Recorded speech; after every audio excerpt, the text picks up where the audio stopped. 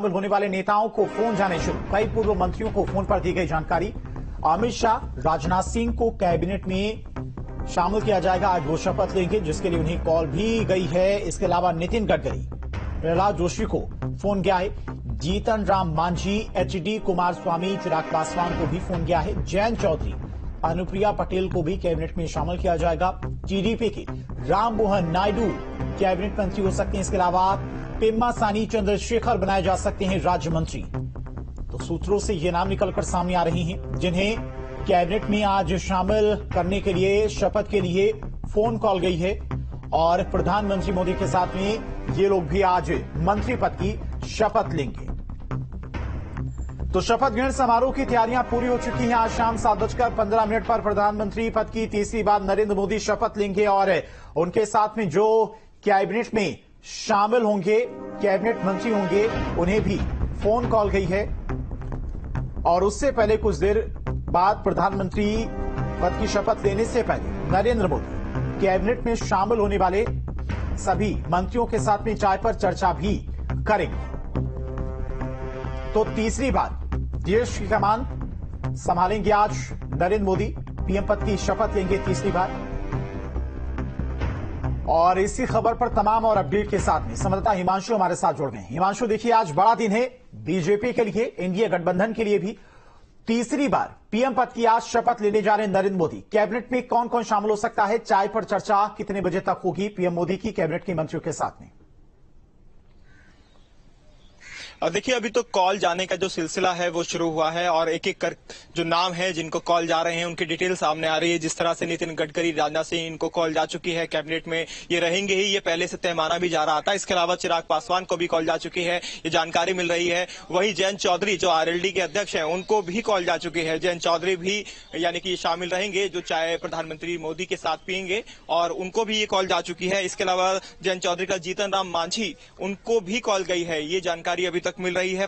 जोशी, चिराग पासवान, जिनका नाम हमने पहले भी बताया आपको। इसके अलावा एचडी कुमारस्वामी, इनको भी कॉल गई है, अभी तक ये जानकारी मिल रही है। और जो कॉल की जो लिस्ट है ये धीरे धीरे बढ़ती चली जाएगी। जिस तरह से उन्होंने मंत्रालय बांटे होंगे उसके हिसाब से कॉल फिलहाल की जा रही है। लेकिन अभी जो जानकारी आई है, इन लोगों को कॉल जा चुकी है, ये कंफर्म है। और इन सबका प्रधानमंत्री नरेंद्र मोदी, यानी जो प्रधानमंत्री की शपथ लेंगे आज शाम 7:15 बजे, उनके साथ उससे पहले जो चाय पर वो चर्चा करते हैं, डिस्कशन करते हैं, अपने आप या अपने विजन को इंट्रोड्यूस कराते हैं। हर बार ये देखा जाता है जब भी नरेंद्र मोदी प्रधानमंत्री बने हैं, तो इसी तरह से जितने भी उनके मंत्रिमंडल के अंदर मंत्री शामिल होते हैं, कैबिनेट मंत्री होते हैं, उनके साथ चाय पर एक चर्चा जरूर करते हैं। तो वो जरूर होगी। उसका जो समय अभी तक जो निकलकर सामने आ रहा है वो बताया जा रहा है 11 से 12 के बीच में वो सभी लोग शामिल होंगे। और उससे पहले यानी 11 बजे से पहले सभी लोगों को कॉल चला जाएगा जो लोग मंत्रिमंडल में इस बार शामिल होंगे। स्मृति ईरानी का नाम बहुत तेजी के साथ चल रहा था, लेकिन अब तक भी आपको लेटेस्ट अपडेट दे दें कि स्मृति ईरानी के पास कॉल नहीं पहुंचा है।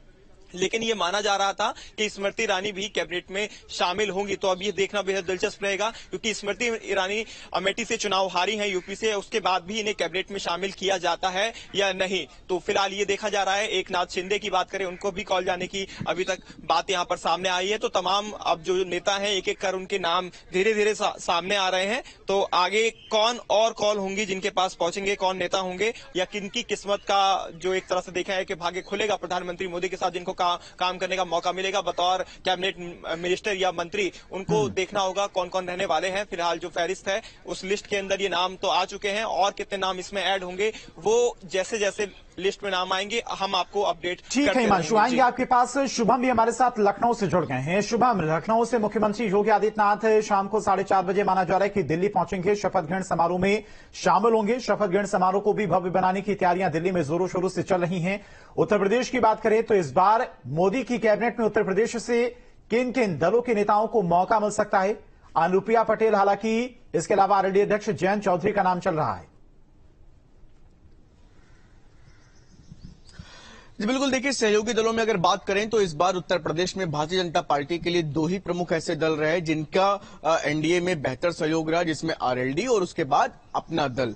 इन दोनों ही पार्टियों के जो नेता हैं वो जीतते हुए नजर आए। बाकी ओम प्रकाश राजभर और संजय निषाद की पार्टी से कोई भी सांसद एनडीए के सहयोगी के तौर पर नहीं जीता है, तो लिहाजा ये उम्मीद कम की जा रही है कि इन दोनों राजनीतिक दलों की तरफ से किसी को जो है कैबिनेट में जगह मिले। फिलहाल जैसे कि हमारे सहयोगी हिमांशु जी बता रहे थे कि जो है आरएलडी के जयंत चौधरी और अपना दल से अनुप्रिया पटेल को ये लोग मंत्री बनाए जाने की तमाम तरह की कयासबाजी चल रही थी, सियासी गलियारों में चर्चा थी, लिहाजा इन दोनों को कॉल भी पहुंच चुकी है। इसके अलावा अगर बात करें कि उत्तर प्रदेश से कौन कौन से प्रमुख चेहरे हो सकते हैं, तो इसमें सबसे प्रमुख तौर पर जितिन पटेल आते हैं, उत्तर प्रदेश से राजनाथ सिंह आते हैं। तो इसके अलावा जो प्रमुख तौर पर यही चेहरे और इनकी उम्मीद यही लगाई जा रही थी कि इनको इस बार फिर से मौका मिल सकता है।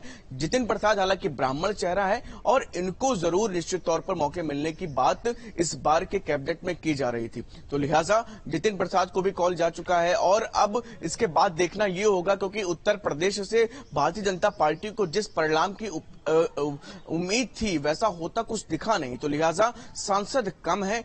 क्या इस बार जैसे पोर्टफोलियो उत्तर प्रदेश के 2019 के लोकसभा चुनाव में बांटे गए थे, क्या वैसा कुछ इस बार रिपीट करने की उम्मीद रहेगी? क्योंकि स्मृति ईरानी के नाम को लेकर के भी चर्चा है, लेकिन स्मृति ईरानी वो ऐसी मंत्री हैं अभी तक की जो सबसे ज्यादा मतों से आ रही हैं, तो क्या ऐसे में अब उनको दोबारा मौका देने के मूड में है मोदी कैबिनेट? ये भी सबसे अहम सवाल है, क्योंकि उम्मीद यही जताई जा रही है कि उनको लेकर के भी चर्चा थी कि फिर से लेकिन एक बार चांस देने के मूड में है, क्योंकि 2014 जब लोकसभा चुनाव हुआ था तब भी वो हारी थी, लेकिन उसके बावजूद भी उनको कैबिनेट में जगह दी गई थी।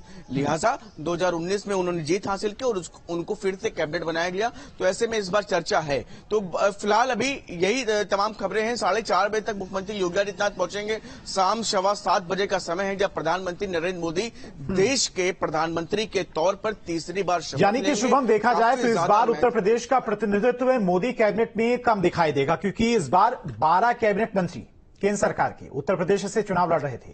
अधिकतर लोगों को हार का सामना करना पड़ा और इस वजह से मोदी की कैबिनेट में उत्तर प्रदेश